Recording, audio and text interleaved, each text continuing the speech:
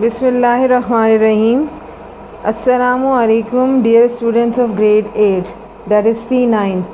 Welcome to your biology class. Today the topic which we are going to discuss is hypothesis or formulation of hypothesis, یعنی مفروضہ یا مفروضہ تیار کرنا. This topic is mentioned in chapter number 1 on page number 22 of your biology textbook. First heading in this case is definition, that is definition of hypothesis. The tentative explanation of observation is called a hypothesis. It may be a proposition that might be true. Tentative explanation کا مطلب یہ ہے کہ ایک ایسی وضاحت جو tentative ہو، یعنی ٹرائل کی بنیاد پر ہو، یا ایک کوشش کی گئی ہو، یا undecided ہو، یا uncertain who. Meaning of tentative mean uncertain، یعنی فرض کی ہوئی بات. مفروضہ جسے آپ کہتے ہیں نا، تو فرض کی ہوئی بات جس کو آپ نے کسی ثبوت کے بغیر، کسی دلیل کے بغیر دوسرے کے سامنے پیش کر دیا. اب آبزرویشنز یعنی مشاہدات یا جو انفارمیشن آپ کے پاس اکٹھی ہوئی ہیں، ان کو انسرٹن ایکسپلینیشن کی بنیاد پر لکھنا یا کسی اسٹیٹمنٹ کی شکل میں دوسرے کے سامنے پیش کرنا ہائپوتھیسس کہلاتا ہے. And it might be a proposition that might be true. اور what is the meaning of proposition? کہ ایک ایسا پلان یا آئیڈیا جو کہ آپ نے یہ سمجھ لیا ہے کہ وہ کسی آپ کے بایولوجیکل کویشچن سے، بایولوجیکل پرابلم سے ریلیٹڈ ہے، اور آپ نے اس کو سامنے رکھتے ہوئے، تمام آبزرویشنس کو سامنے رکھتے ہوئے یہ پلان یا آئیڈیا تیار کیا ہے جو صحیح ہو سکتا ہے. دیٹ مائٹ بی ٹرو مین جو صحیح ہو سکتا ہے، لیکن آپ ابھی شیور نہیں ہیں، آپ ابھی انسرٹنٹی کی بنیاد پر یہ بات کہہ رہے ہیں، یعنی آپ کو اپنی بات پر یقین نہیں ہے. So what is hypothesis? It is the tentative explanation of observation, and it may be a proposition that might be true. Next heading is explanation, that is related to hypothesis. So the heading is explanation. Now, observations do not become scientific observation until they are organized and related to a question. So the very first thing which is important in this case is observations, because you have to make your hypothesis from observations, and observations آپ کی اس وقت تک scientific observations نہیں بن سکتی جب تک کہ آپ انہیں باقاعدہ طور پر observations کو organized form میں دوسرے کے سامنے پیش نہیں کر سکتے. اور جب آپ اس قابل ہو جاتے ہیں کہ اپنی آبزرویشن کو دوسروں کے سامنے آرگنائز طریقے سے اور باقاعدہ طور پر ریلیٹ کریں اپنے اس پرابلم سے، یعنی related to a question that is the biological problem, اگر آپ اس بایولوجیکل پرابلم سے متعلق اپنی آبزرویشنز بنائیں اور ان کو اچھی طریقے سے آرگنائز یعنی ترتیب سے پیش کریں، تو اس کا مطلب یہ ہے کہ یہاں پر آپ کو ہائپوتھیسس بنانے میں مشکل درپیش نہیں ہوگی. And biologist organises his her and others observation into data form. جس کے لیے بایولوجسٹ کیا کرتے ہیں، بایولوجسٹ جو ہے ان کا سب سے اہم کام اس اسٹیپ میں یہ ہوتا ہے کہ وہ اپنی یا دوسروں کی جو آبزرویشنز ہوتی ہیں ان کو باقاعدہ طور پر آرگنائز فارم میں، آرگنائز طریقے سے بناتے ہیں. اور یہ آرگنائز طریقہ کیا ہوتا ہے؟ آرگنائز طریقہ ہوتا ہے انٹو ڈیٹا فارم. باقاعدہ وہ اس کا ڈیٹا تیار کرتے ہیں، اور اس ڈیٹا کی مدد سے پھر فائنلی ایک ہائپوتھیسس کی اسٹیٹمنٹ تیار ہوتی ہے. اور اس اسٹیٹمنٹ کے بغیر یوں سمجھ لیں کہ آپ کی فارمولیشن یعنی میکنگ آف ہائپوتھیسس ناممکن ہے.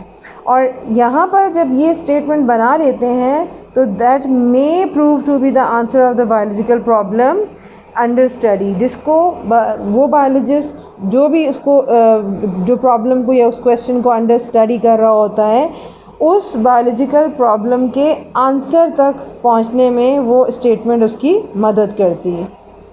یہ کلیئر ہو گئی بات آپ کو؟ تو سب سے پہلی چیز کہ ایکسپلینیشن میں کیا بتایا جا رہا ہے، ایکسپلینیشن کا مقصد کیا ہے کہ ایکسپلینیشن کی بنیاد ہائپوتھیسس کے پچھلے سٹیپ یعنی آبزرویشنز پہ ہوتی ہیں، اور سائنٹسٹ کی آبزرویشنز اس وقت تک سائنٹیفک آبزرویشنز نہیں بن سکتی جب تک کہ وہ اپنی آبزرویشنز کو ایک ترتیب کی شکل میں یا ایک مکمل پیٹرن کی شکل میں دوسروں کے سامنے نہیں لاتا.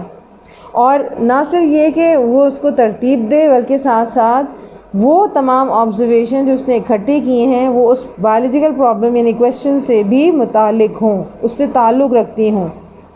ٹھیک. اور اب جب بایولوجسٹ یہ کرنے میں کامیاب ہو جاتا ہے تو سب سے پہلا کام جو وہ کرتا ہے وہ یہی کرتا ہے کہ اپنی تمام آبزرویشنز کو ڈیٹا کی شکل میں اکٹھا کرتا ہے، ان کو ترتیب دیتا ہے اور ان سے پھر ایک اسٹیٹمنٹ تیار کرتا ہے، ایک بیان تیار کرتا ہے، اور وہ بیان اس آنسر تک اسے لے کر جاتا ہے جو کہ اس کویشچن یا بایولوجیکل پرابلم کا حل یا سلوشن ہو سکتا ہے. یہ کلیئر ہو گئی بات؟ سو ایکسپلینیشن مینس کہ آبزرویشنز کو اکٹھا کرنا، انہیں ایک ترتیب دینا اور ایک ڈیٹا یا اسٹیٹمنٹ کی شکل میں آنسر تک پہنچنے تک کا راستہ. تو یہ آپ کا ہائپوتھیسس کہلاتا ہے. Then we have the next thing which is very important in this case, that is the characteristics of hypothesis. So the next heading is characteristics or properties of a good hypothesis.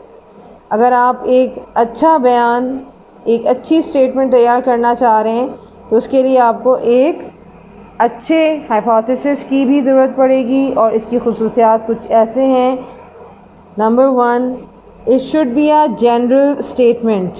پہلا point اس کے لیے کیا ہو جائے گا؟ It should be a general statement. یہ ایک عمومی بیان ہونا چاہیے، ایسا بیان جو سب کی پہنچ میں ہو، سب اس کو سمجھ سکیں. ایسا بیان جو کہ آپ کے عام یا جو بھی مسئلہ ہے آپ کا اس کے بالکل قریب ترین ہو اور لوگوں کی سمجھ سے بالا تر نہ ہو، لوگوں کو سمجھ میں آئے کہ آپ نے کیا بیان دیا ہے. یہ کلیئر ہوگی بات؟ اب it should be a tentative idea.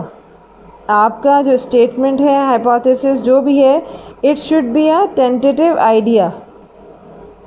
اور کیا ہے آپ کا ٹینٹیٹیو آئیڈیا؟ ٹینٹیٹیو آئیڈیا سے مراد، جیسے کہ میں نے ابھی آپ کو بتایا، دیٹ ٹینٹیٹیو ایکسپلینیشن اور آئیڈیا ہیونگ سیم میننگ. کہ ٹینٹیٹیو آئیڈیا مینس کہ آپ کا جو بھی آپ نے کنسٹرکشن آف اسٹیٹمنٹ دی ہے یا ہائپوتھیسس بنایا ہے، وہ کوشش کی جائے کہ اس قریب ترین حل کی طرف اشارہ کرتا ہو جو کہ اس بایولوجیکل کویشچن یا پرابلم سے ریلیٹڈ ہو. یعنی آپ اس پر مکمل طور پر اعتماد نہیں کر سکتے کیونکہ ابھی آپ نے اس کو پروو نہیں کیا، کیونکہ یہ صرف ازمپشن کی بنیاد پر آپ ایک آئیڈیا دے رہے ہیں، ایک خیال ہے، ایک تصور ہے آپ کا، آپ یعنی انڈیسائیڈڈ ہے، جس پر آپ نے ابھی کوئی ٹرائل نہیں کیا، کوئی آپ نے ایکسپیریمنٹل ورک نہیں کیا. سو ایک ٹینٹیٹیو آئیڈیا ہے جو آپ پیش کر رہے ہیں، جس کو آپ حتمی فیصلہ نہیں سمجھ سکتے، آخری فیصلہ نہیں سمجھ سکتے، کیونکہ اس پر ابھی مزید تجربات کی، اس کو مزید ثابت کرنے کی ضرورت ہے. Now third point is it should agree with, third characteristic is it should be agree with available data اور available observations. اس کے علاوہ آپ کا جو بھی ہائپوتھیسس میکنگ ہو چکی ہے، آپ نے جو بھی آبزرویشنس کے لحاظ سے اپنی جو بھی اسٹیٹمنٹ بنا دی ہے، it should be agree with available observations. آپ نے جو آبزرویشنز اکٹھی کی ہیں، جو آپ نے اپنے ارد گرد سے دوسرے لوگوں سے آبزرویشنز حاصل کی ہیں، جو آپ کی اس وقت اویلیبل ہیں، ان کے ساتھ ہی آپ کے ہائپوتھیسس کی ایک ایگریمنٹ ہونا چاہیے. ایگریمنٹ کا مطلب کہ آپ ہائپوتھیسس کچھ اور بنا رہے ہیں اور آبزرویشنز کچھ اور کہہ رہی ہیں، تو ایسا ناممکن ہے. ایک اچھے ہائپوتھیسس کی یہ پراپرٹی ہوتی ہے کہ وہ ان تمام آبزرویشنز جو کہ دستیاب ہوتی ہیں، جو اس وقت موجود ہوتی ہیں، ان سے ریلیٹڈ ہو. ان سے ایگری کرے. ایگری کا مطلب ہوتا ہے کہ ریلیٹڈ ہوں. آبزرویشنز اور ہائپوتھیسس میں کوئی نہ کوئی لنک ہو جس سے آپ کہہ سکیں کہ ہاں یہ بیان یا یہ اسٹیٹمنٹ میں نے جس مسئلے کے حل کے لیے دیا ہے وہ ہو سکتا ہے کہ صحیح ہو. آپ یہ نہیں کہہ سکتے کہ بالکل صحیح ہو, آپ کہہ سکتے ہیں کہ ہو سکتا ہے کہ یہ اس مسئلے کا حل ہو. Another characteristics of hypothesis that it should be kept as simple as possible. یعنی جتنی آپ اپنی ہائپوتھیسس کی اسٹیٹمنٹ کو, اس کے بیان کو سمپل رکھیں اتنا ہی زیادہ بہتر ہے, کیونکہ جتنی سادہ زبان ہوگی اتنی دوسروں کو سمجھ میں زیادہ آئے گی, اور آپ اس سادہ ترین جو بیان ہے اس کی مدد سے آپ اس میں تبدیلیاں بھی کر سکتے ہیں, کیونکہ کمپلیکیٹڈ اگر آپ بیان کی طرف جائیں گے تو وہ نہ صرف یہ کہ دوسروں کو سمجھ نہیں آئے گا بلکہ ساتھ ساتھ آپ کے لیے بھی مشکل ہو سکتی ہے. اسی طریقے سے number 5, it should be testable and potentially falsifiable. In other words, there should be a way to show the hypothesis is false, a way to disprove the hypothesis. Now, what is the meaning of this point? That جو بھی آپ hypothesis formulation کر رہے ہیں اس میں یہ صلاحیت ہونی چاہیے کہ وہ ٹیسٹیبل ہو, یعنی اس پر تجربات کیے جائیں. ٹیسٹیبل کا مطلب کیا ہے کہ وہ ایکسپیریمنٹل ورک کے قابل ہو, اس پہ تجربات آپ کر سکیں. اینڈ پوٹینشیلی فالسیفائبل مینس کہ آپ مکمل طور پہ اس پر اتنی گرپ رکھتے ہوں, آپ کو یہ یقین ہو کہ وہ ایکسپیریمنٹل ورک یا وہ ہائپوتھیسس آپ کا جو کہ ریلیٹڈ ہے آپ کے پرابلم سے وہ غلط ثابت بھی ہو سکتا ہے. So falsifiable mean wrong. What is the meaning of falsifiable? کہ اس میں غلط ہونے کی بھی گنجائش ہونی چاہیے. ان ادر ورڈز, دوسرے الفاظ میں, there should be a way to show the hypothesis is false. تو انہوں نے فالسیفائبل کو اگلے ہی سینٹینس میں ایکسپلین کر دیا کہ دوسرے الفاظ میں کہ آپ کا ہائپوتھیسس ایسا ہونا چاہیے کہ وہ غلط ہو سکے, غلط ظاہر کیا جا سکے. And a way to disprove the hypothesis, جس سے آپ کو یہ طریقہ کار بھی سامنے نظر آئے کہ ہائپوتھیسس آپ کا ثابت نہیں ہوا اس لیے وہ غلط ہے. یعنی ایکسپیریمنٹل ورک نے یہ ثابت کر دیا کہ جو ہائپوتھیسس آپ نے بیان کے طور پہ پیش کیا, لکھا, وہ غلط ہے, ڈسپروو ہو گیا یعنی فالس ہے. تو اس کا مطلب یہ ہوا کہ آپ کے اس ہائپوتھیسس میں غلطی کی گنجائش بھی رکھنی ہے. آپ نے اپنی بات پہ ڈٹ نہیں جانا کہ میں نے جو ہائپوتھیسس یا بیان لکھا ہے یا تحریر کیا ہے یا دوسروں کو کے سامنے پیش کیا ہے وہ صحیح ہے, وہ غلط بھی ہو سکتا ہے. Another heading is conditions that are required for the formulation of hypothesis. Condition سے کیا مراد ہے کہ آپ نے ہائپوتھیسس بنانے کے لیے کن کنڈیشنز کو, کن ریکوائرمنٹس کو جو ہے وہ اڈاپٹ کرنا ہوگا جس کے بعد آپ ایک اچھے ہائپوتھیسس کو بنانے میں کامیاب ہو سکتے ہیں. So a great deal of careful and creative thinking is necessary for the formulation of hypothesis. ایک اچھے ہائپوتھیسس کی تیاری یا اس کو بنانے کے عمل کے لیے ضروری ہے کہ آپ کی جو سوچ ہے وہ پازیٹیو ہو, کریٹیو اور کیئرفل تھنکنگ کی حامل ہو. یعنی آپ بہت ہی احتیاط برتیں, بہت ہی احتیاط سے جو ہے وہ اپنا اسٹیٹمنٹ تیار کریں, اور ساتھ ساتھ کریٹیو بھی ہوں. کریٹیو سے مراد کہ آپ نے بہت ہی پلاننگ کے ساتھ, ایک اچھی سوچ کے ساتھ جو ہے وہ اپنا اسٹیٹمنٹ تیار کرنا ہے. یعنی پازیٹیو تھنکنگ اس کے لیے بہت زیادہ ضروری ہوتی ہے. Along with it, biologists use reasoning to formulate a hypothesis. اس کے لیے بایولوجسٹ کا جو اگلا قدم ہوتا ہے, اگلا سٹیپ ہوتا ہے, وہ یہ ہوتا ہے کہ وہ ریزننگ تلاش کرتے ہیں.